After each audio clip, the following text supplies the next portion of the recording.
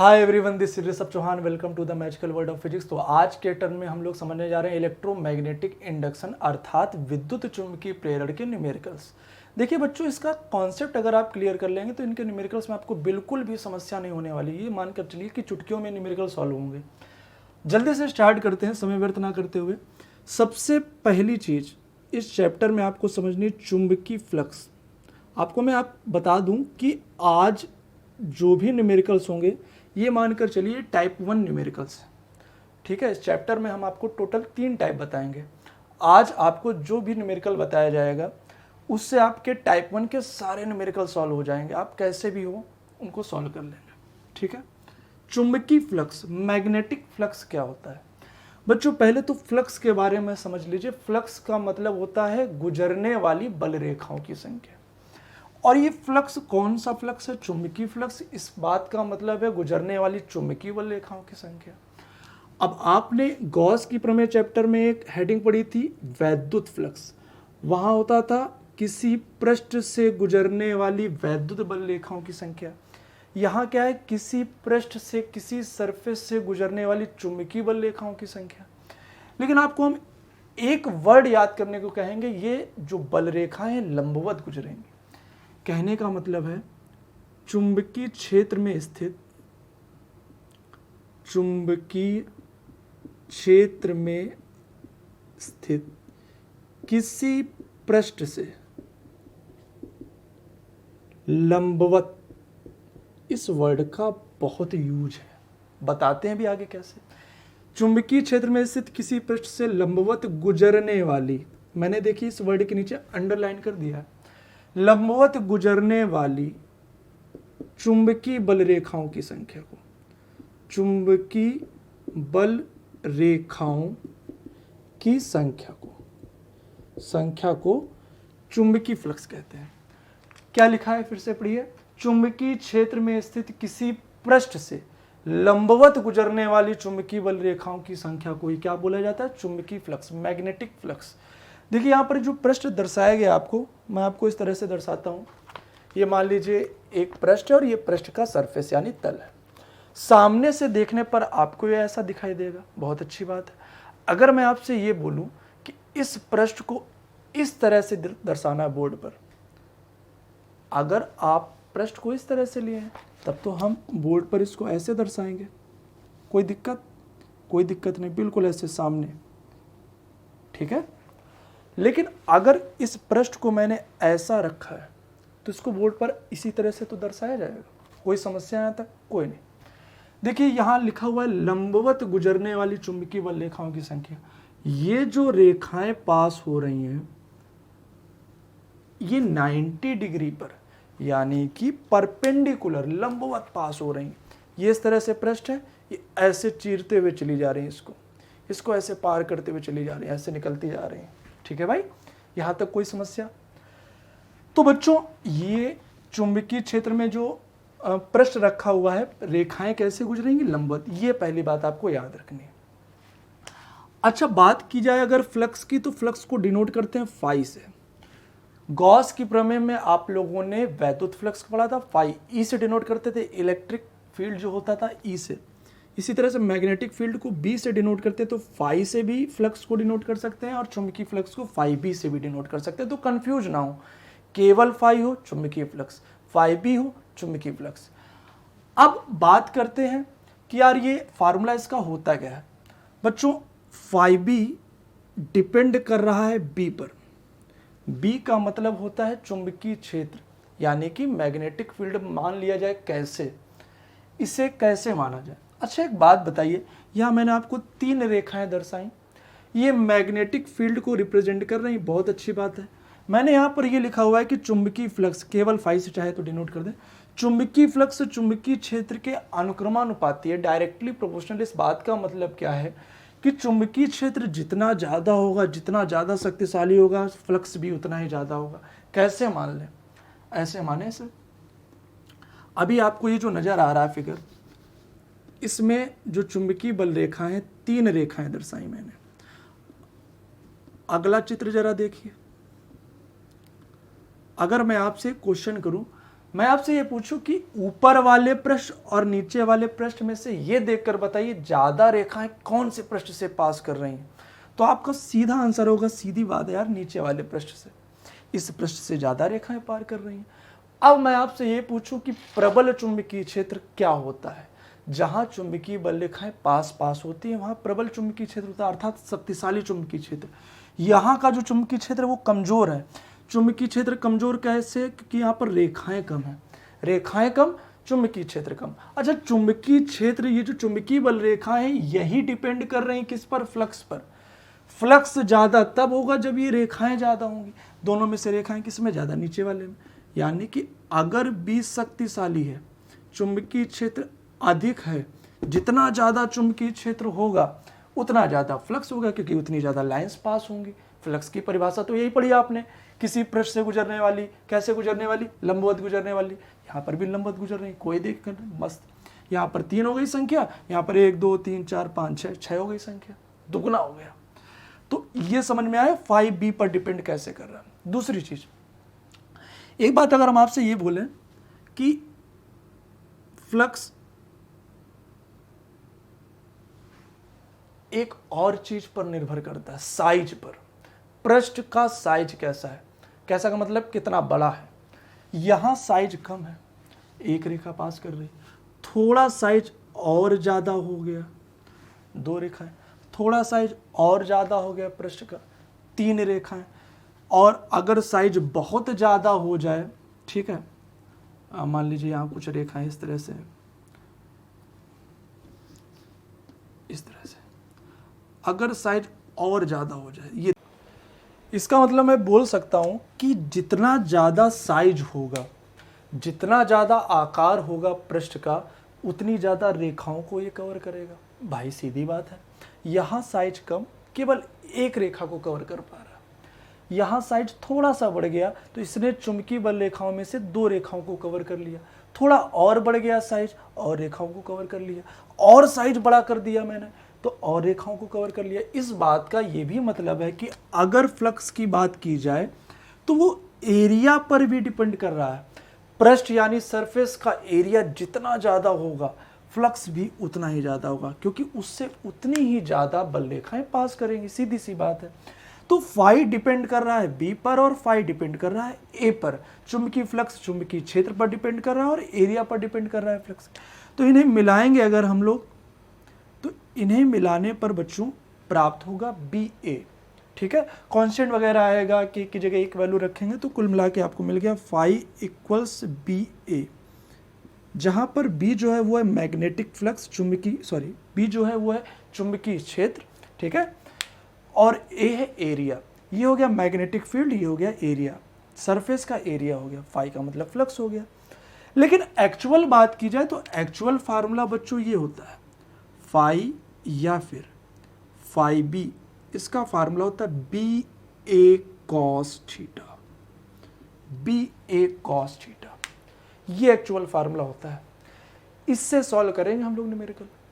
अब यार ये फार्मूला होता है तो इस फार्मूले को देखकर हमारे माइंड में एक बात आ गई और आपके माइंड में भी एक बात आई है। फर्स्ट ईयर क्लास में आप लोगों ने एक वेक्टर चैप्टर पढ़ा था, वहां ऐसा कुछ फार्मूला होता था ए बी कॉस थीटा।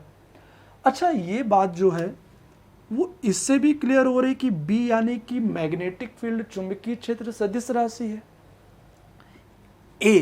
ए का मतलब है एरिया, और आप लोगों ने पढ़ा है गॉस की प्रमेय वाले चैप्टर में भी कि अगर किसी पृष्ठ के तल पर अगर कोई सरफेस है और उसके प्लेन पर आपने एक परपेंडिकुलर, एक नॉर्मल खींचा है, एक अभिलंब खींचा है, तो वो अभिलंब किसको डिनोट करता है? एरिया वेक्टर को, क्षेत्रफल सदिश को। अगर पृष्ठ इस तरह से तो एरिया वेक्टर ऐसा, अगर पृष्ठ इस तरह से तो एरिया वेक्टर इधर की ओर, अगर पृष्ठ इधर है तो एरिया वेक्टर इधर की ओर, अगर पृष्ठ नीचे की ओर है तो एरिया वेक्टर इधर की ओर, अगर पृष्ठ थोड़ा सा तिरछा है एरिया वेक्टर ऐसा है। कुल मिला के जो एरिया वेक्टर होता है, हमेशा ध्यान रखिए, ए जो है एरिया वेक्टर, और एरिया वेक्टर की डायरेक्शन कैसे होगी? जो भी पृष्ठ होगा उसके तल पर अभिलंब, जो अभिलंब होगा वो होगा एरिया वेक्टर। तो अगर हम आपसे ये पूछें कि यहाँ पर जो एरिया वेक्टर है उसकी डायरेक्शन क्या होगी, ये हो गई आपके मैग्नेटिक फील्ड। और एरिया वेक्टर की अगर मैं डायरेक्शन आपसे पूछूंगा तो आप कहेंगे इस तरह से है ये, तो इसका एरिया वेक्टर राइट साइड ही तो जाएगा, बिल्कुल सही, ये हो गया एरिया वेक्टर। अब बात की जाए बी भी सदिश राशि, ए भी सदिश राशि और दो सदिश राशियों के बीच अगर गुणनफल हो रहा है तो वो गुणनफल दो प्रकार का होता है। आप लोगों ने पढ़ा है, एक होता है डॉट गुणनफल, दूसरा होता है क्रॉस गुणनफल। वेक्टर ए डॉट वेक्टर बी और vector A cross vector B. यहां पर बात की जाए अगर फाई की, तो बच्चों ये याद रखिए फाई कैसी राशि है, अदिश। और दो सदिश राशियों के बीच कौन सा गुणनफल किया जाता है कि अदिश राशि प्राप्त होती है, तो बच्चों अदिश गुणनफल किया जाता है। अदिश गुणनफल यानी स्केलर प्रोडक्ट, इसी को हम बोल सकते हैं डॉट प्रोडक्ट, तभी तो अदिश राशि आई होगी। भाई ये भी वेक्टर है, बी भी वेक्टर है, ए भी वेक्टर है, ये भी सदिश है, ये भी सदिश है, इनके बीच डॉट लगाएं कि क्रॉस लगाएं जो अदिश राशि प्राप्त हो। अगर मुझे सदिश राशि प्राप्त करनी है, आंसर में अगर सदिश राशि आ रही होती तो यानी दोनों वेक्टरों के बीच क्रॉस लगा होता, वो क्रॉस मल्टीप्लाई होता, यहाँ पर लगा होगा डॉट। तो ऐसे भी हम लोग समझ सकते हैं। तो बच्चों ये थीटा पर किस प्रकार डिपेंड कर रहा है, जल्दी से ये देख लेते हैं। देखिए अभी तक हम लोगों ने जितनी भी चर्चा की उसमें हम लोगों ने ये समझा फाई डिपेंड किस पर कर रहा है। फाई पहली चीज बी पर डिपेंड कर रहा है, कैसे कर रहा है, अगर नहीं समझ में आया पीछे रिवाइंड करके फिर से देखिए। ए पर कैसे डिपेंड कर रहा है अभी मैंने आपको समझा दिया। अब बात करते हैं थीटा पर। एक्चुअली में फार्मूला ये होता है, ये अगर एक्चुअल फार्मूला तो थीटा पर किस तरह से डिपेंड कर रहा है। हम ये भी समझ गए कि दो सदिश राशि और अदिश राशि प्राप्त हो रही, इसका मतलब डॉट प्रोडक्ट है, बी डॉट ए का फार्मूला होता है बी ए कॉस थीटा, एक तो ये समझ में आ गया। एक और इसका तरीका हम लोग ऐसे समझते हैं, इसको मैं हटा देता हूं, ठीक है, अभी मैं फार्मूला लिख दूंगा आपको।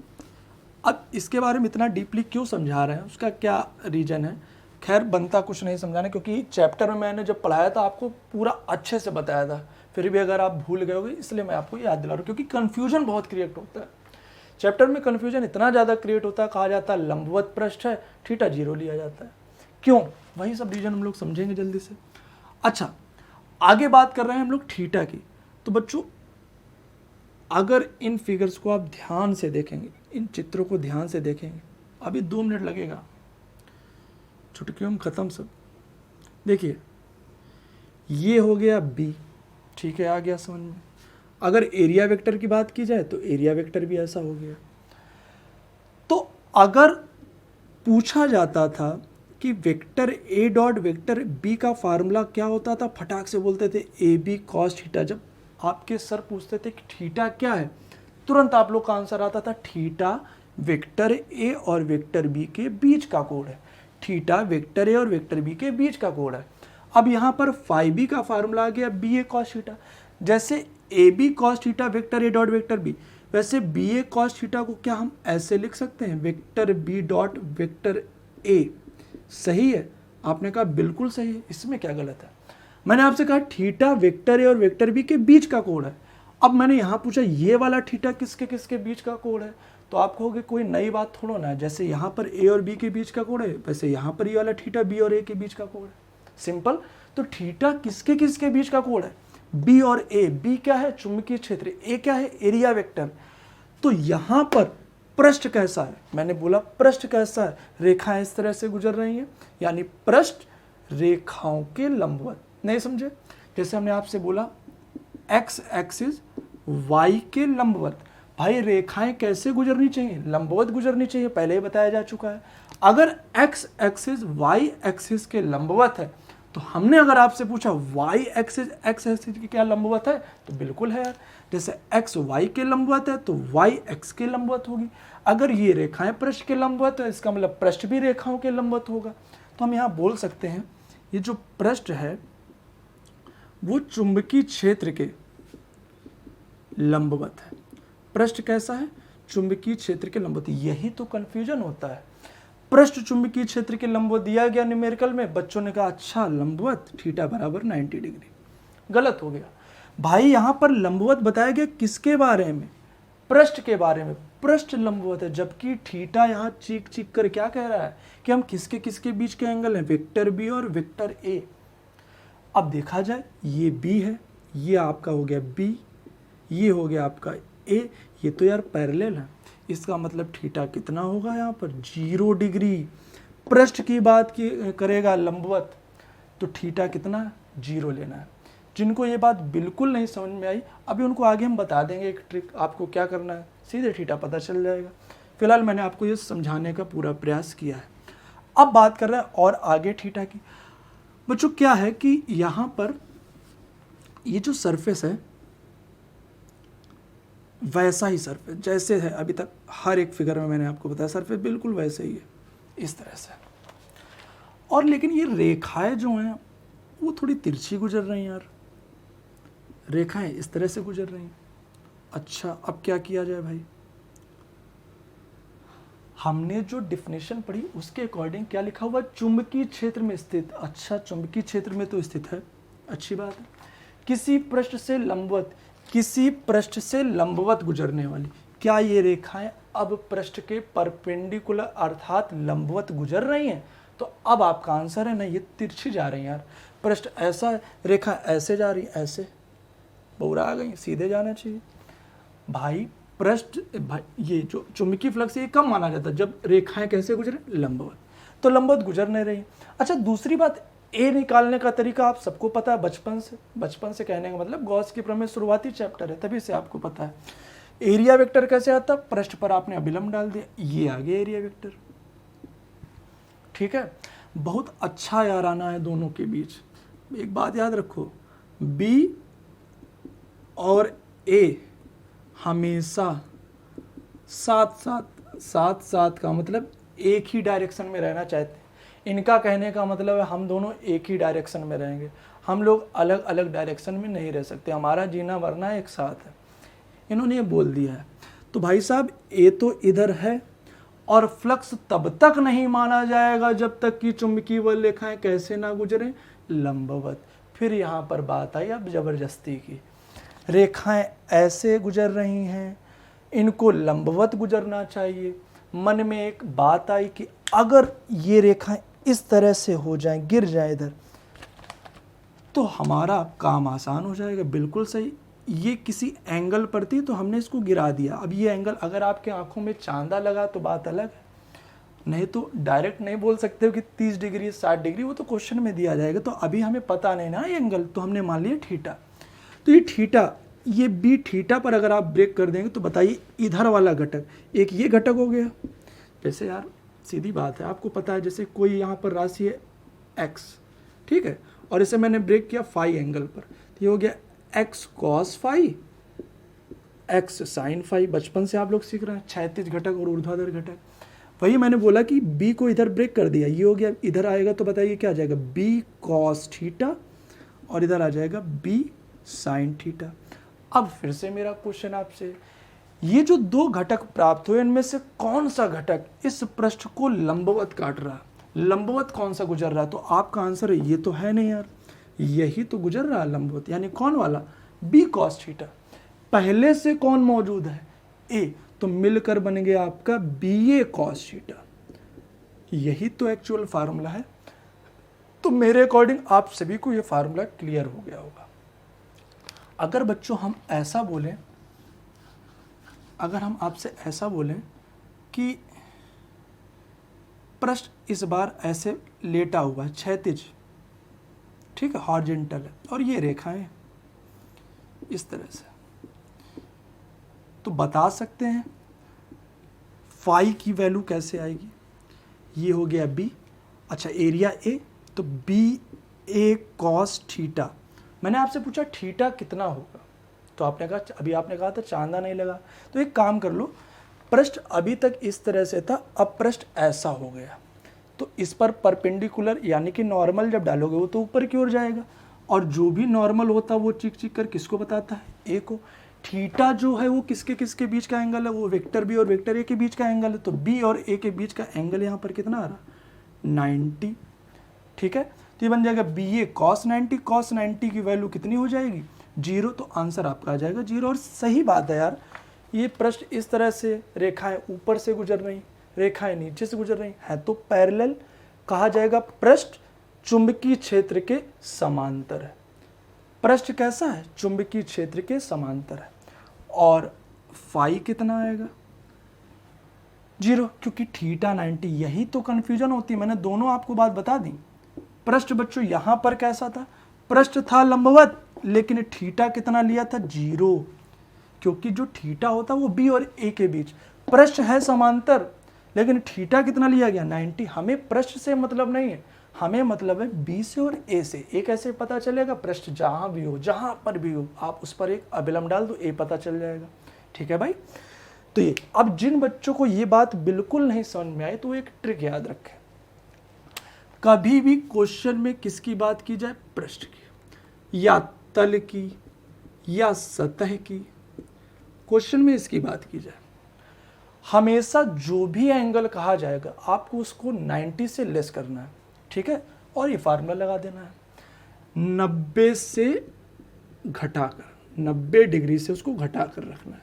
अब ये क्या बोला मैंने, अच्छा हमने कहा किसकी बात की जाएगी, पृष्ठ की। कहा गया पृष्ठ चुंबकीय क्षेत्र के लंबवत है। हम लोगों ने पढ़ रखा है लंबवत का मतलब 90, यही तो पढ़ रखा है, यही कंफ्यूजन होता है, लंबवत का मतलब 90। हमने कहा पृष्ठ की बात की गई, पृष्ठ लंबवत है, 90 होना चाहिए, लेकिन हमने कहा कि 90 से घटाना है, तो 90 माइनस 90 कितना आ जाएगा, 0, ये आ गया। पृष्ठ कैसा था, लंबवत, पृष्ठ कैसा था, लंबवत, थीटा कितना रखा, 0। मैंने कहा पृष्ठ समांतर, ठीक है, समांतर का मतलब, ये रटने वाली बात बता रहे हैं, बाकी मैंने कॉन्सेप्ट आपका क्लियर कर दिया। जिनको ये चीज़ नहीं समझ में आई उनको रटना ही, तो उनके लिए यही तरीका है भाई। जो भी अगर पृष्ठ की या तल की या सतह की बात की जाएगी, आपको क्या करना है, आपको 90 से लेस करना है। यहाँ तक बात क्लियर हो गई हो तो आगे बढ़ा जाए। कहा गया कि पृष्ठ चुंबकीय क्षेत्र से 30 अंश पर है, पृष्ठ जो है वो चुंबकीय क्षेत्र से 30 अंश पर है। पृष्ठ की बात की गई, तुरंत थीटा आपको कितना लेना, 90 माइनस 30, थीटा आपको लेना 60 डिग्री, आंसर आ जाएगा। कहा गया पृष्ठ चुंबकीय क्षेत्र से 60 डिग्री पर है, तो 60 डिग्री पर है, 90 डिग्री माइनस 60 डिग्री, 30 डिग्री लेना है। पृष्ठ चुंबकीय क्षेत्र के समांतर है, समांतर मतलब 0 होता है। पृष्ठ की बात की कि 90 में से 0 लेस करो, 90 रखो। कहा गया पृष्ठ पर अभिलंब चुंबकीय क्षेत्र से 30 अंश पर है। पृष्ठ पर अभिलंब, अगर कहीं पृष्ठ पर अभिलंब की बात कर दी गई, इसका मतलब किसकी बात कर दी गई, ए की। पृष्ठ पर अभिलंब, अभिलंब यानी ए, पृष्ठ पर अभिलंब ए की बात कर दी गई। अगर ए की बात कर दी गई किससे, बी से, तो वो तो थीटा ही दे दिया गया ना भाई। थीटा किसके किसके बीच का एंगल है, बी और ए के। अगर ए की बात कर दी, ए की बात कब तक नहीं की गई, जब तक केवल क्या कहा गया, पृष्ठ। लेकिन अगर पृष्ठ के साथ क्या लगा दिया, अभिलंब, कि पृष्ठ पर जो अभिलंब है वो 30 अंश पर है, पृष्ठ पर जो अभिलंब है वो 60 अंश पर है चुंबकीय क्षेत्र से, तो जो दिया जाएगा वही लेना। अभिलंब 30 अंश पर है तो थीटा 30, अभिलंब 60 अंश पर है, थीटा 60। बात क्लियर हो गई है तो आगे बढ़ा जाए। ठीक है, तो बच्चों इस कॉन्सेप्ट में हमारा एक फार्मूला क्या निकल कर आया, फार्मूला निकल कर आया phi is equal to vector b dot vector a, vector b dot vector a. ठीक है भाई, ये फार्मूला निकल कर आया।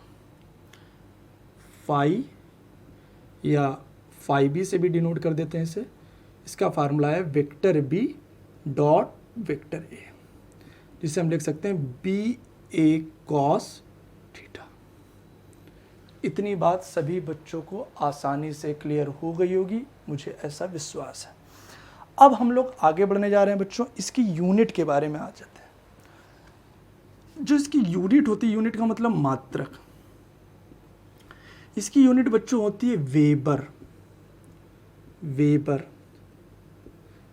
इसकी यूनिट वेबर होती है। एसआई में बोल सकते हैं इसे, एसआई यूनिट, सिस्टम इंटरनेशनल। और सीजीएस में इसका मात्रक होता है मैक्सवेल, मैक्सवेल। ठीक है, 1 वेबर बराबर 10 की पावर 8 मैक्सवेल होते हैं, 1 वेबर बराबर 10 की पावर 8 मैक्सवेल होते हैं। ठीक है भाई, अब अगर बात की जाए कुछ अलग मात्रकों की, तो बच्चों आप लोगों ने पढ़ रखा है बी का मात्रक यानी चुंबकीय क्षेत्र का मात्रक एक होता था टेस्ला, क्षेत्रफल का मात्रक हो गया मीटर स्क्वायर। ठीक है, अगर बाई चांस किसी न्यूमेरिकल में सीजीएस वैल्यू, सीजीएस में मात्रक दिया जाएगा इसका बी का चुंबकीय क्षेत्र का गॉस, तो आपको पता होना चाहिए गॉस को चेंज करने के लिए कितने का मल्टीप्लाई कराते हैं, 10 की पावर -4, 10 की पावर -4 का मल्टीप्लाई करा देते हैं, ठीक है। अच्छा, और भी कुछ यूनिट्स इसकी हो सकती हैं, अगर मान लो आपको दिया जाए तो आप लोग कंफ्यूज नहीं होंगे, जैसे जूल पर एम्पियर, जूल पर एम्पियर मैंने जब आपको ये चैप्टर पढ़ाया था सब बताए थे निकाल के, ठीक है। जूल पर एम्पियर अभी भी निकाला जा सकता है, अब इतना टाइम वेस्ट ना किया जाए एक टॉपिक के चक्कर में, ठीक है। तो ये हो गया, इसकी यूनिट की बात कर ली गई। अब यार डायमेंशन निकाल के नहीं बताएंगे हम, ठीक है। ये हो गया, आगे आते हैं। अब अगले कॉन्सेप्ट की बात की जाए उससे पहले मैं आपको एक बात बताना चाहूँगा, कोई कोई न्यूमेरिकल हमें कंफ्यूज करता है। कंफ्यूज कैसे करता है, किसी किसी न्यूमेरिकल में ये वर्ड लिख कर आ जाएगा, चुंबकीय फ्लक्स घनत्व। अब हम सोचते हैं यार ये फाई दिया गया है, ये फाई नहीं होता, ये बी होता है, या फिर ऐसे आ जाता है चुंबकीय प्रेरण, चुंबकीय प्रेरण। इन दोनों वर्ड को याद रख लीजिए, ये फाई के बारे में नहीं बताता, ये बी के बारे में बताता है। इसका मात्रक होता है वेबर पर मीटर स्क्वायर, बी का मात्रक आपने और पढ़ा है ना, वेबर पर मीटर स्क्वायर, न्यूटन पर एम्पियर मीटर, टेस्ला, सीजीएस में गॉस, ठीक है। तो ये अच्छा, इसके लिए हम क्या बोल सकते हैं, एकांक क्षेत्रफल से गुजरने वाली फ्लक्स रेखाओं की संख्या, एकांक क्षेत्रफल से गुजरने वाली फ्लक्स रेखाओं की संख्या को, अगर क्षेत्रफल एकांक ले लिया जाए जो फ्लक्स रेखाओं की संख्या गुजरेंगी पृष्ठ से, उन्हीं को हम बोलते हैं चुंबकीय फ्लक्स घनत्व या चुंबकीय प्रेरण। तो ये दोनों वर्ड आप याद रखें, कहीं लिख लें इसे, ठीक है, पॉज करके। अब आगे बढ़ते हैं जल्दी से। तो पहला फार्मूला सभी को क्लियर हो गया, अभी कॉन्सेप्ट कंप्लीट नहीं हुआ है, सारे न्यूमेरिकल लग जाएंगे चुटकियों में, ये हम बता दें आपको, मज़ा आने वाला है अगर आपने ध्यान से समझा। अगर वीडियो स्किप कर रहे हो, भगा रहे हो, जल्दी में हो बहुत, तो वीडियो देखना बंद कर दो, ठीक, कोई फ़ायदा नहीं इसे देखने का। आगे बढ़ते हैं हम लोग जल्दी से। अब इसमें अगला कॉन्सेप्ट है, ये बहुत यूज होता है, दिखाई दे रहा है ऊपर, चुंबकीय फ्लक्स परिवर्तन। इसका बहुत बड़ा यूज होता है भाई, चुंबकीय फ्लक्स परिवर्तन। क्या है भाई ये परिवर्तन, यानी चेंजमेंट। मेरी एक बात याद रखिए, परिवर्तन के लिए हमेशा बाद वाले से पहले वाले को लेस करना, फाइनल वाले से इनिशियल वाले को, नहीं समझे, बाद वाला जो फ्लक्स आएगा उसमें से जो पहले फ्लक्स था उसको घटाएंगे। थोड़ी देर के लिए मान लीजिए ऐसे कि हम आपसे ये बोल दें प्रारंभ में, इनिशियली, मैं आपसे ये बोल रहा हूं कि कोई ए क्षेत्रफल वाली कुंडली है, ए क्षेत्रफल वाली कुंडली है और चुंबकीय क्षेत्र बी के कैसे रखी है, लंबवत।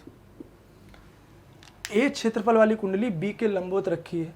मुझे पता है यार, अगर लंबवत रखी है अभी बताया गया, फाई का फार्मूला क्या होता है, बी ए कॉस थीटा, और लंबवत रखी है तो सीधे समझ सकते हैं एंगल कितना होगा, 0। अरे 90 ना बोल देना भाई, रटने वालों के लिए बताया है, लंबवत 90 से 90 घटा दो, लंबवत मतलब 90 जानते हो ना, तो 90 में से 90 घटा दो, क्योंकि हमने कहा पृष्ठ ए क्षेत्रफल वाला जो है वो लंबवत है, तो cos 0 कुल मिला के बी है, ठीक है।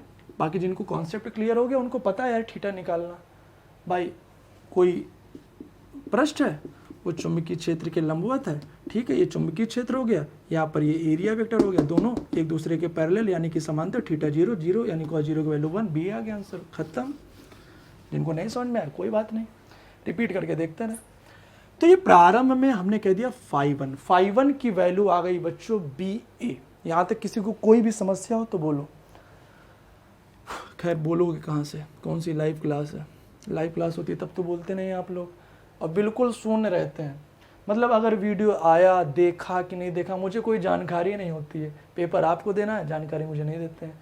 ना कोई कमेंट करेगा अरे सर आ गया, मुझे सर ये डाउट है, ऐसा तो हो नहीं सकता कि किसी को कोई डाउट ना हो, क्योंकि हम जानते हैं ना कि आप कैसे थे पढ़ने में। सभी लोग एक जैसे तो थे नहीं, बहुत सारे ऐसे जो बहुत ज़्यादा प्रकांड विद्वान हैं जिन्हें बिल्कुल भी नहीं पता उस बारे में, लेकिन वो क्या करते हैं, अच्छा वीडियो आया है, अच्छा ये पढ़ा रहा था, छोड़ो छोड़ो छोड़ो काटो, बंद करो इसको, यूट्यूब में हम लोग जो देखते हैं वो देखेंगे, ये वीडियो क्या करेंगे देखे। ठीक है यार, अभी डिसाइड होने वाली है डेट, 1 जून के अप्रॉक्स बोला गया, 1 जून है, उसके पहले ही बता दिया जाएगा एग्जाम कब से। ये ना सोच लेना कि इसमें क्या नाम है प्रमोट हो जाओगे आप, ठीक है। बाकी अगर तैयारी अच्छी चल रही है तो अच्छी बात है, जिनकी नहीं चल रही है भोगोगे, हमें क्या करना है। अगर कहा जाए पहली चीज देखो, चुंबकीय फ्लक्स में परिवर्तन कितनी तरीकों से किया जा सकता है। सबसे पहला परिवर्तन हम थीटा के अकॉर्डिंग करेंगे। किसके अकॉर्डिंग करेंगे? थीटा। थीटा कैसे बदल सकते हो? अरे घुमाते रहो, बदलता रहेगा। जो पृष्ठ है सरफेस, उसको घुमाते रहो, थीटा चेंज होता जाएगा। सबसे पहले क्या किया, कुंडली अच्छी खासी रखी थी लंबवत, हमने क्या किया, तेजी से उसको निकाल लिया। एक कुंडली थी, एक सरफेस था, एक पृष्ठ था, चुंबकीय क्षेत्र के लंबवत रखा था, चुंबकीय क्षेत्र में रखा था, हमने इसे निकाल लिया। हटाओ इसको, यहाँ से जैसे हटा लिया, जब वो चुंबकीय क्षेत्र में रहा ही नहीं तो चुंबकीय बल रेखाएं गुजरेंगी ही नहीं। जब चुंबकीय बल रेखाएं नहीं गुजरेंगी तो आप जान सकते हैं कि बाद में चुंबकीय फ्लक्स कितना आएगा, 0। भाई B 0 हो जाएगा। जब इसको निकाल लिया, दूसरी जगह रख दिया जहाँ चुंबकीय क्षेत्र है ही नहीं, तो वहाँ तो B 0 हो जाएगा, और जहाँ B 0 तो phi 2 0। अब बताइए डेल्टा फाई परिवर्तन कैसे आएगा? मैंने क्या बताया, बाद वाले फ्लक्स से पहले वाले फ्लक्स को घटाते जाओ, आंसर आ जाएगा आपका, आंसर आ जाएगा। phi 2 की वैल्यू कितनी है? 0। phi 1 की वैल्यू कितनी है? BA। 0 में से BA घटाएंगे, -BA। रटने वाले क्या करेंगे, रट लें कि अगर पहली कंडीशन क्या है, मैंने क्या बोला, यहाँ लिख लेना अपना आराम से। यदि कुंडली को चुंबकीय क्षेत्र से तेजी से निकाल लिया जाए, कुंडली अगर दी जाए, कुंडली को चुंबकीय क्षेत्र से तेजी से निकाल लें तो phi 2 हो जाएगा 0। अब दूसरी बात करते हैं, कुंडली को हम घुमाने जा रहे हैं। ये कुंडली थी इस तरह से, कुंडली को हमने घुमा दिया 90 अंश। 90 अंश ऐसे तो घुमाओगे, ये कुंडली ऐसे रखी हुई है, इस तरह से ऐसे घुमा दो, 90 घूम गया। अब कह देंगे पहले से 90 है। अरे गधे, ये शुरुआत में ऐसे ना, ये इसकी इनिशियल पोजीशन है, तो इनिशियल पोजीशन जो भी होगी उसको 0 पर मानेंगे। यहाँ से स्टार्ट हुआ एंगल, 90 डिग्री घुमा दिया, ठीक है। यानी थीटा इक्वल कितना कर दिया, 90 घुमाने पर। अगर बच्चों इसे 90 अंश घुमा दिया जाए तो देखो क्या होगा, कितना परिवर्तन है। डेल्टा फाई बराबर phi 2 - phi 1। जरा phi 2 की वैल्यू बता दो। BA cos थीटा होता, अब थीटा कितना हो गया, 90 cos 90 की वैल्यू अगर पता है आपको 0, टोटल हो गया 0। कुल मिला के आ गया 0 - phi 1, तो वही चल रहा भाई BA, कुल मिला के आ गया -BA। अच्छा, ये बहुत पूछा गया तीसरा पॉइंट जो मैं आपको बताने जा रहा हूँ, कुंडली को आधा चक्कर घुमा दिया जाए।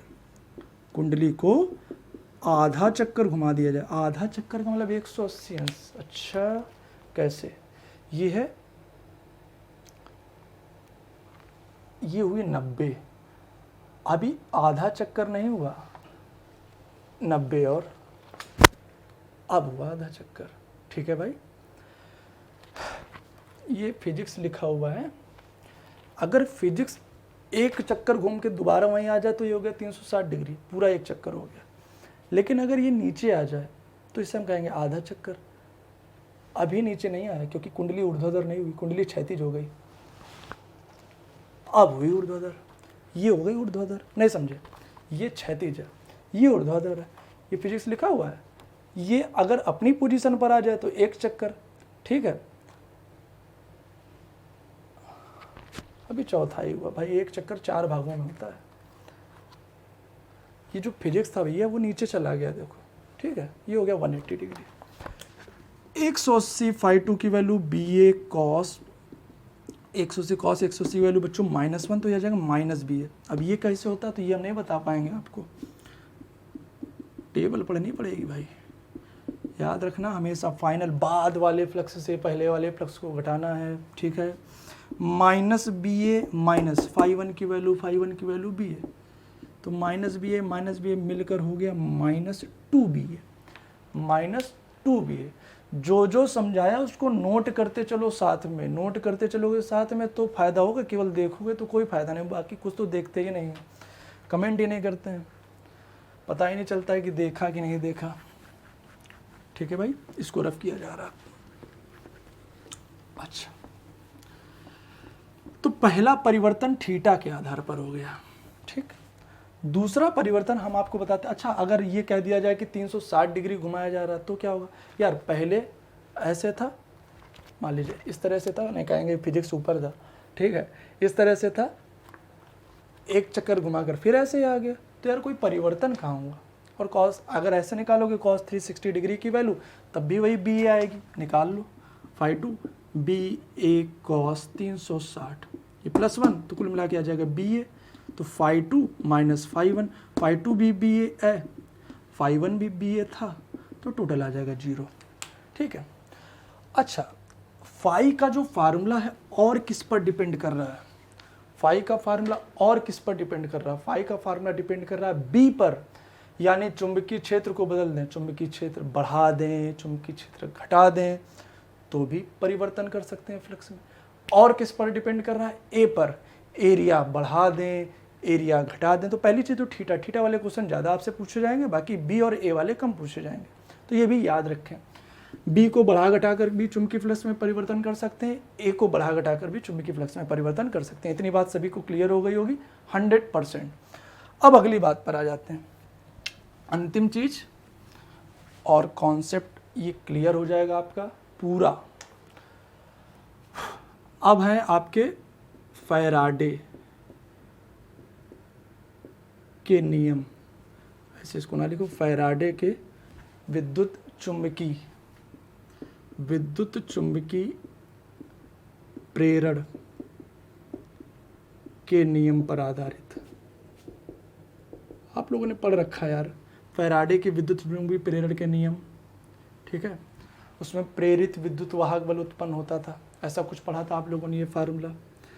तो यार याद रखे, ई एवरेज निकालने का फार्मूला, ई एवरेज निकालने का फार्मूला क्या होता है, इसको हम बता रहे हैं, 1 मिनट रुकिएगा, ठीक है, क्लिप ऐड करनी पड़ेगी। हाँ चलिए आगे देखते हैं, कैमरा सहन नहीं कर पाता ना, कंटिन्यू ज़्यादा वीडियो ना बनाओ, मैक्सिमम आधा घंटा, खुद ही बंद होने लगता है, तो पहले हम जाकर बंद कर देते हैं, क्या ऐसे कर रहे हैं, पहले ही बंद हो गया तो इसी में रह जाएं हम, ठीक है, हट जाते हैं तभी, समझ रहे हो नहीं, बता देते हैं यार तुम लोगों को। तो ई एवरेज बच्चों, ई का मतलब होता है प्रेरित विद्युत वाहक बल, ठीक है, और आप लोगों ने ये फार्मूला पढ़ रखा, माइनस का delta phi upon delta t, चुंबकीय फ्लक्स परिवर्तन की ऋणात्मक दर के बराबर होता है।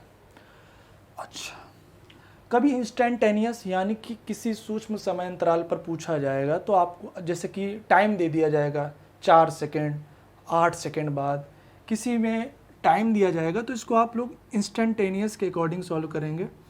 इंस्टेंटेनियस ऐसे मैंने लिख दिया, तात्कालिक या तात्क्षणिक किसको बोलते हैं, तो बस डेल्टा की जगह ऐसे d phi upon d t, इस तरह से जो भी फाई की वैल्यू दी जाएगी आप टी के साथ पे चौकलन कर दें, आसानी से आंसर आ जाएगा। अच्छा, अब बात करते हैं यार कि इसमें और क्या क्या परिवर्तन हो सकता है। पहली चीज़ तो इसमें एन आ जाता है, एन का मतलब होता है फेरों की संख्या। बाई चांस अगर क्वेश्चन में आपको फेरों की संख्या दी जाएगी, बद्ध चुंबकीय फ्लक्स या प्रेरित विद्युत वाहक बल, इसके बारे में बता दें, ये होता है प्रेरित विद्युत वाहक बल, ठीक है, ईएमएफ होता है।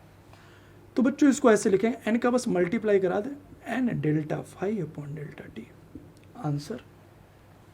इसको क्या लिख सकते हैं, माइनस का n d phi upon d t, answer. ये प्रेरित विद्युत वाहक बल कब कौन सा यूज करना है, अगर क्या नाम है, आपको इंस्टेंटेनियस यानी टाइम जो है वो उसके अकॉर्डिंग अगर आपको सॉल्व करना है सूक्ष्म समय अंतराल के लिए, तो आपको ये यूज करना है।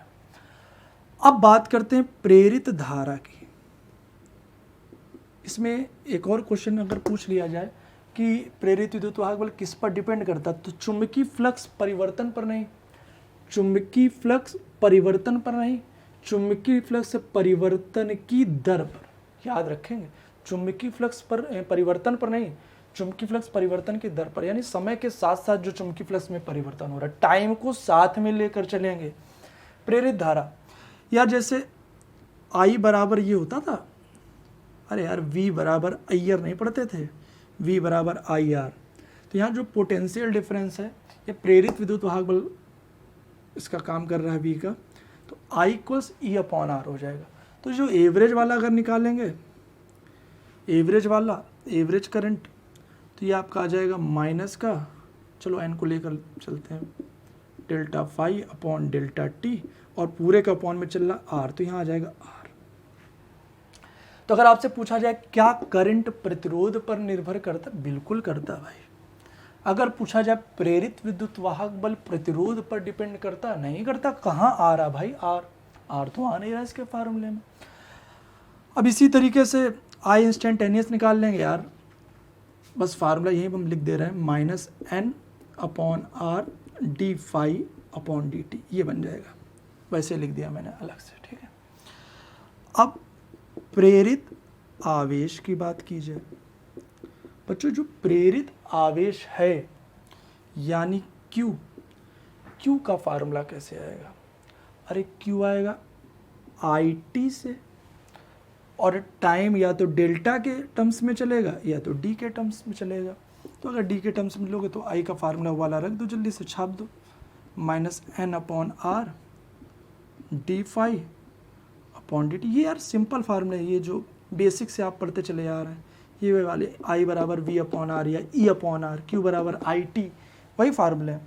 ज़्यादा दिमाग ना लगाना है, यही वैल्यू रख देना, इसी में बस वैल्यू रख देना, आंसर आ जाएगा, n upon r d phi upon d T.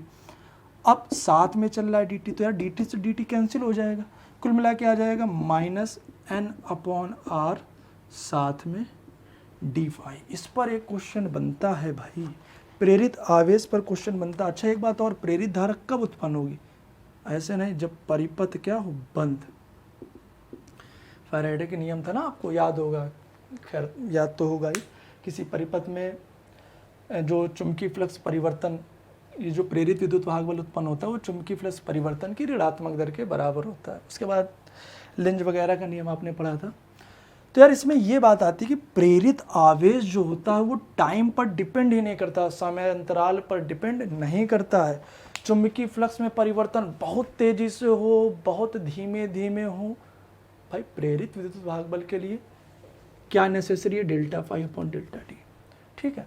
प्रेरित धारा में आर भी आ जाता है, प्रतिरोध पर निर्भर करने लगता है।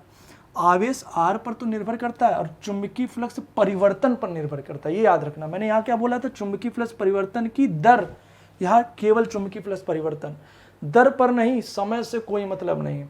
चुंबकीय फ्लक्स परिवर्तन होना चाहिए बस, ये नहीं कि कितनी जल्दी हो रहा है और कितना लेट हो रहा है, इससे मतलब नहीं। अगर इससे रिलेटेड कोई क्वेश्चन आए तो अगर आपसे पूछा जाए क्या आवेश पर ये प्रभावित होगा आवेश इससे कि अगर चुंबकीय फ्लक्स तेजी से घटा दिया जाए या तेजी से बढ़ा दिया जाए, तो आप कहेंगे नहीं, आवेश पर कोई प्रभाव नहीं पड़ेगा, क्योंकि आवेश समय पर निर्भर करता ही नहीं है, चाहे देर करो चाहे जल्दी करो, उससे क्या मतलब यार, ठीक है भाई। तो ये चीज आपको क्लियर हो गई। अच्छा, तो ये फार्मूले हो गए। अभी हम इसको सोच रहे हैं लिखा रहने देंगे, चलो हटा देते हैं। अब आ जाओ अंतिम कॉन्सेप्ट, ये हो गया आपका टाइप 1, यहां से समाप्त। एक समान चुंबकीय क्षेत्र, एक समान चुंबकीय क्षेत्र यानी बी में अगर कोई चालक छड़ है, और वो कैसी चालक छड़ है, घूमती चालक छड़, जिसकी लंबाई हमने मान ली L। एक समान चुंबकीय क्षेत्र B में घूमती चालक छड़ जिसकी लंबाई कितनी है, L, में उत्पन्न, उसमें भी विद्युत वाहक बल उत्पन्न होता है, लेकिन उस विद्युत वाहक बल को कहते हैं गतिक विद्युत वाहक बल। कौन सा बल, गतिक विद्युत वाहक बल, याद रखेंगे। अब बच्चों इसका फार्मूला क्या होता है, इसको पूरा सॉल्व करके नहीं दिखाएंगे, थ्योरी में पढ़ा चुके हैं, आपको डेरिवेशन बता चुके हैं। Half b omega l square, ये ई क्या है, गतिक विद्युत वाहक बल, बी का मतलब चुंबकीय क्षेत्र, एल चालक छड़ की लंबाई, ओमेगा क्या है, ओमेगा का मतलब जो चालक छड़ है वो रोटेट कर रही है, घूर्णन कर रही है। अगर घूर्णन करेगी तो ओमेगा का मतलब ये कोणीय वेग है, क्या है, कोणीय वेग। तो ये फार्मूला हो गया। अब इसमें एक बात आपको याद रखनी, अगर किसी जगह किसी क्वेश्चन में चकती या डिस्क दे दी जाए, कोई डिस्क है जिसकी त्रिज्या कैपिटल आर है और उसके केंद्र, और वो भी अगर रोटेट कर रही है किसी क्षैतिज अक्ष के परितः ओमेगा कोणीय वेग से अगर वो भी रोटेट कर रहे हैं और इसकी त्रिज्या कितनी है आर, तो यार उसमें भी प्रेरित विद्युत वाहक बल उत्पन्न होगा, उसको भी हम लोग इसी फार्मूले से निकालेंगे, बी ओमेगा। बाई चांस व्यास दे दिया गया तो व्यास का आधा करना पड़ेगा, त्रिज्या आ जाएगी, तो केंद्र और ये परिधि के किसी बिंदु और केंद्र के बीच यहाँ पर भी प्रेरित विद्युत वाहक बल उत्पन्न हो जाएगा। और ये जो प्रेरित विद्युत वाहक बल उत्पन्न हो जाएगा तो ये इतनी दूरी में उत्पन्न होगा, और इतनी दूरी क्या त्रिज्या काम नहीं कर रही है, आर का काम करेगी, तो बी ओमेगा आर स्क्वायर, वहाँ ये लगाइएगा। तो अब पहले टाइप के जितने भी न्यूमेरिकल हैं आप करके देखिए, मज़ा ना आए तो कहिएगा, सब चुटकियों में होंगे। आप हमसे बहुत कम न्यूमेरिकल पूछेंगे, सारे न्यूमेरिकल हो जाएंगे कंटिन्यू। आंसर अगर गलत है तो अलग बात है, आप हमसे डिस्कस कर सकते हैं, अगर आप पूछेंगे, अगर आप लगाएंगे तो, नहीं लगाएंगे कोई बात नहीं। फाई का फार्मूला आपको क्या बताया गया, बी ए कॉस थीटा, ठीक है। ई का फार्मूला आपको क्या बताया गया, minus n delta phi upon delta t, या फिर minus n d phi upon d t. Instantaneous के लिए ये लगा देंगे, ठीक है। और इसी से यार आप निकाल लेंगे, जैसे v बराबर आई आर वैसे e बराबर आई आर, इसी से आप i निकाल लेंगे और इसी से आप q निकाल लेंगे, ठीक है। वैल्यू रखेंगे, आंसर आ जाएगा। और e का फार्मूला क्या बताया, half b omega l square, half बवाल स्क्वायर, त्रिज्या दी जाएगी चकती की या डिस्क की, तो आर स्क्वायर, आर रख दीजिए। न्यूमेरिकल सारे चित्त हो गए। बताते हैं एक दो हम आपको जल्दी से। अगर आपके पास शीट है तो शीट में विद्युत चुंबकीय प्रेरण चैप्टर खोल लीजिए और इसमें कुछ न्यूमेरिकल मैं आपको बताता हूँ। जैसे पहला ही न्यूमेरिकल है, बहुत सरल, दो गॉस की तीव्रता मैंने बताया था, अभी आपको यूनिट बताई थी, जो रिवाइंड करके देख सकते हैं, पीछे करके देख सकते हैं वीडियो। गॉस में अगर तो उसको चेंज करना पड़ेगा, 2 × 10⁻⁻⁴, ये हो जाएगा टेस्ला, ठीक है। चुंबकीय क्षेत्र को चेंज कर लिया। अब दिया गया कि 10 × 20 सेंटीमीटर स्क्वायर का क्षेत्रफल, तो यार आपको पता है कि MKS में रखना है, सेंटीमीटर स्क्वायर को बच्चों ऐसे चेंज करते हैं, ये हो गया ए। कहा गया एक आयताकार लूप है, 2 गॉस की तीव्रता वाले चुंबकीय क्षेत्र में 10 × 20 सेंटीमीटर स्क्वायर क्षेत्रफल का एक आयताकार लूप रखा हुआ है। यदि लूप का तल क्षेत्र से 60 अंश पर झुका हो, अब पहचानिए, ये जो लूप है, आयताकार लूप है, इसका जो तल है, तल, सतह, पृष्ठ चुंबकीय क्षेत्र से 60 अंश पर, जब तल की, सतह की, पृष्ठ की बात की जाए तो भाई कैसे बताएं, तो हमने कहा था 90 से लेस कर दो। 60 अंश पर झुका है तो 90 - 60, बताइए थीटा कितना आएगा, 30 डिग्री। अगर क्वेश्चन में बाई चांस, आप बताएं, अगर क्वेश्चन में बाई चांस ऐसे बोल देता कि तल पर अभिलंब चुंबकीय क्षेत्र से 60 अंश पर है, तल पर अभिलंब, तो बताइए थीटा कितना लेते, अभिलंब की बात करता है, थीटा वही 60 ले लेते। बात समझ में आई। तो अब आपके लिए क्वेश्चन में आगे बोला गया कि क्वेश्चन में चुंबकीय फ्लक्स का मान बताओ, फाई, बताइए कौन सा फार्मूला, बी दिया है, ए दिया है, थीटा, कौन सा फार्मूला, सिंपल, फाई बराबर B a cos theta. B a cos theta, इसको सॉल्व करने की ज़रूरत तो है नहीं, कर दें, चाहते होंगे आपको सॉल्व कर दो तो माने, ठीक है।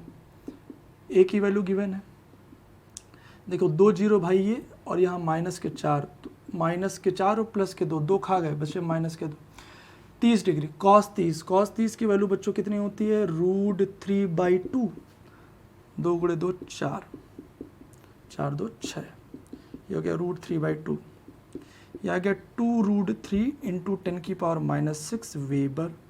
आंसर चाहो तो √3 की वैल्यू रख सकते हैं 1.732, हालांकि आंसर यही आ रहा है शीट में। तो एक ये हो गया। बाकी आगे जैसे क्वेश्चन नंबर 4, इसको हटा देता हूँ, उसके बाद क्वेश्चन नंबर 4, सारे सवाल लगाने हैं, इसमें आपको टोटल क्वेश्चन मिलने वाले हैं 22, बाकी आंसर से लगा डालो, जितने मिले कोई ना छोड़ो। क्वेश्चन नंबर 4, 2000 चक्रों वाली वृत्ताकार कुंडली, चक्रों की संख्या, फेरों की संख्या, फटाक से लिखो, n बराबर 2000। गिरा हुआ क्षेत्रफल 10 सेंटीमीटर स्क्वायर, क्षेत्रफल का मतलब एरिया 10 सेंटीमीटर स्क्वायर, जहां देखा सेंटीमीटर स्क्वायर आंखें चमक गई, 10⁻⁻4 का मल्टीप्लाई कर दिया, मीटर स्क्वायर में चेंज हो गया। ठीक है भाई। 0.3 वेबर पर मीटर स्क्वायर के चुंबकीय क्षेत्र के लंबवत, चुंबकीय क्षेत्र 0.3 वेबर पर मीटर स्क्वायर। अगर आप न्यूमेरिकल की लैंग्वेज बिल्कुल आराम से पढ़ते हो, एक एक चीज़ ये समझ जाते हो क्या क्या दिया गया है, तो न्यूमेरिकल में कुछ खास है नहीं। चमक तो नहीं रहा भाई, हो सकता है चमक रहा हो, व्यवस्था उतनी बढ़िया नहीं कर पाते हैं लाइट वगैरह की, और इतनी जानकारी नहीं यार, बस ये है किसी तरह बना रहे हैं वीडियो। अच्छा, आगे क्वेश्चन में बोला गया चुंबकीय क्षेत्र के लंबवत रखकर 180 अंश घुमा दिया जाता है, पृष्ठ को 180 अंश घुमा दिया जाता है। तो यार जितनी चीज़ें बताई वो सब इसी में है। 180 घुमा दिया, इसका मतलब φ2 कुल मिला के ये आ जाएगा BA cos 180 और इसकी वैल्यू -1 मिलकर -BA। चुंबकीय फ्लक्स परिवर्तन निकालना है शायद, चुंबकीय फ्लक्स में परिवर्तन डेल्टा φ2 - φ1 हो जाएगा या नहीं हो जाएगा आसानी से। φ2 की वैल्यू आपको पता है, φ1 की वैल्यू BA आएगी, जो भी आएगी लंबवत रखिए BA, कुल मिला के आ जाएगा -2BA, वैल्यू रखिए आंसर आ जाएगा। इसमें आपको मैं एक क्वेश्चन बता दूं, ई से रिलेटेड एक बता देता हूं, ठीक है। एक ई से रिलेटेड जल्दी से क्वेश्चन देख लीजिए। ई से रिलेटेड क्वेश्चन कौन सा भाई, कोई भी बता देते हैं। चलिए 7वां नंबर देख लीजिए। 100 फेरों वाली एक कुंडली, एन की वैल्यू गिवन है बच्चों 100 फेरों वाली कुंडली से बद्ध चुंबकीय फ्लक्स 0.1 सेकंड में, 0.1 सेकंड में, टाइम लगा 0.1 सेकंड, 0.1 सेकंड में जो फ्लक्स है वो 1 वेबर से 0.1 वेबर हो जाता है। पहले था 1 वेबर, बाद में हो गया 0.1 वेबर। प्रेरित विद्युत भाग बल बता दो। अच्छा, पहले था 1 वेबर, बाद में हो गया 0.1 वेबर। कह रहा ई बता दो। अच्छा ठीक है भाई, टोटल टाइम इस पूरी प्रतिक्रिया में लगा इतना। ई का फार्मूला लगा दो -n delta phi upon delta t. सभी बच्चे डेल्टा फाई निकाल ही लेंगे। φ2 - φ1 कहा है, बाद वाले में से पहले वाले को लेस कर दिया करो, ठीक है। तो -n की जगह है 100, बाद वाली वैल्यू है 0.1, में से 1 को लेस करेंगे तो 0.9 आएगा, माइनस का 0.9 अपॉन में 0.1, ये कैंसिल हो गया आपका, ये आ गया 900। ठीक है भाई,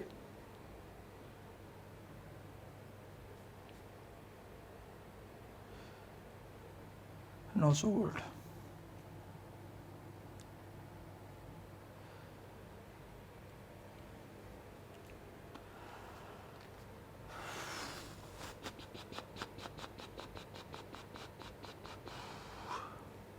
आगे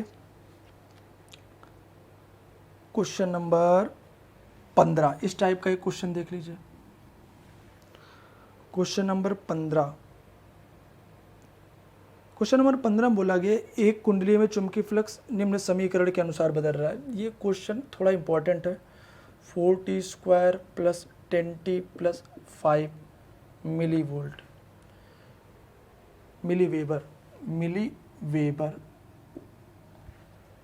मिली वेबर, ठीक है। कह रहा 4 सेकंड बाद, अब यहाँ पर एक टाइम दे दिया गया 4 सेकंड बाद। तो आपको हमने बता दिया था कि जहाँ कहीं टाइम एक दे दिया जाए तो वहाँ पर ये d∅/dt ये वाला फार्मूला आपको लगाना है। सिंपली दोनों पक्षों में t के सापेक्ष अवकलन कर दें। यहाँ फाई था, t के सापेक्ष अवकलन, यहाँ पर भी t के सापेक्ष अवकलन, तो 4t² + 10t + 5, क्योंकि d∅/dt ही तो e बनता है बच्चों, ठीक है। तो ये 4 बाहर आ जाएगा, t² का बन जाएगा 2t, यहाँ 10 बाहर आ जाएगा और t का हो जाएगा 1 और 5 का हो जाएगा 0। ये होता भाई अवकलन हो गया। 8t अवकलन नहीं आता तो फिर दिक्कत है।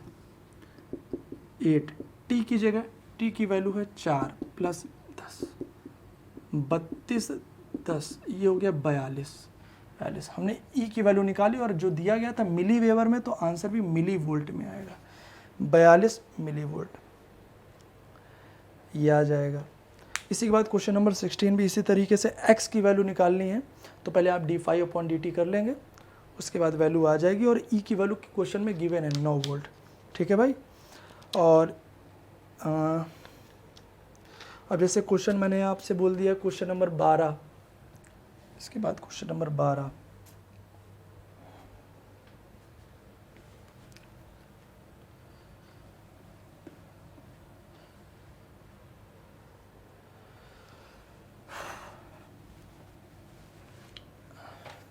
अच्छा कंफ्यूज नहीं होइएगा, बुक में कहीं कहीं यहाँ पर ये n को लेकर सॉल्व नहीं किया गया है। ठीक है, जैसे क्वेश्चन नंबर 6 में नहीं लिया गया, क्वेश्चन नंबर 7 में ले लिया गया, तो आप n को लेकर सॉल्व करें।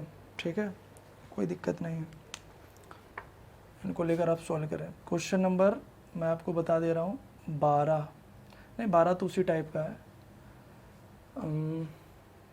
हाँ, क्वेश्चन नंबर 13 देख लीजिए, लिखा 20 सेंटीमीटर व्यास की ऊर्ध्वाधर तांबे की चकती, व्यास अगर 20 सेंटीमीटर, तुरंत दिमाग लगाइए यार, त्रिज्या आ जाएगी आधी, 10 सेंटीमीटर, 10 सेंटीमीटर त्रिज्या हो गई, और 10 चक्कर प्रति सेकंड, 10 चक्कर प्रति सेकंड, ये तो हो गया आपका कोणीय वेग ओमेगा, 10 चक्कर पर सेकंड। 100 गॉस का चुंबकीय क्षेत्र B, 100 गॉस है, डायरेक्ट मैं चेंज कर रहा हूँ, 100 गॉस को चेंज करने के लिए 10⁻⁻⁴ टेस्ला, ये सेंटीमीटर को चेंज कीजिए, 10⁻⁻2 मीटर, सेंटीमीटर स्क्वायर होता तो 10⁻⁴ मीटर स्क्वायर हो जाता हो। अच्छा, विद्युत वाहक बल E, बताइए कौन सा फार्मूला लगाएंगे, half B omega into r square, b की वैल्यू गिवन ओमेगा आर, सबकी वैल्यू पता है आपको, सॉल्व करिए आंसर।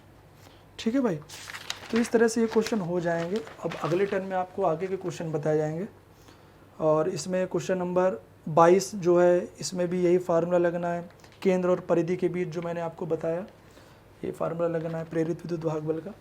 तो इस तरह से इसको आप सॉल्व कर लीजिएगा। अब इसके बाद केवल इस चैप्टर में 2 टाइप और बचे हैं, तो दोनों टाइप अगले वीडियो में आपको सॉल्व करवा दिए जाएंगे, और ये चैप्टर अगले वीडियो में पूरी तरीके से समाप्त कर दिया जाएगा। ठीक है, न्यूमेरिकल अच्छे से लगाते रहें और अनसॉल्व भी सॉल्व करते रहें, बाकी पढ़ाई अच्छे से करते रहें, क्योंकि पेपर आपके हो कर ही रहेंगे, ये ना सोचिए कि प्रमोट होंगे। ठीक है, ओके, धन्यवाद, बाय, मिलते हैं अगले टर्म पर।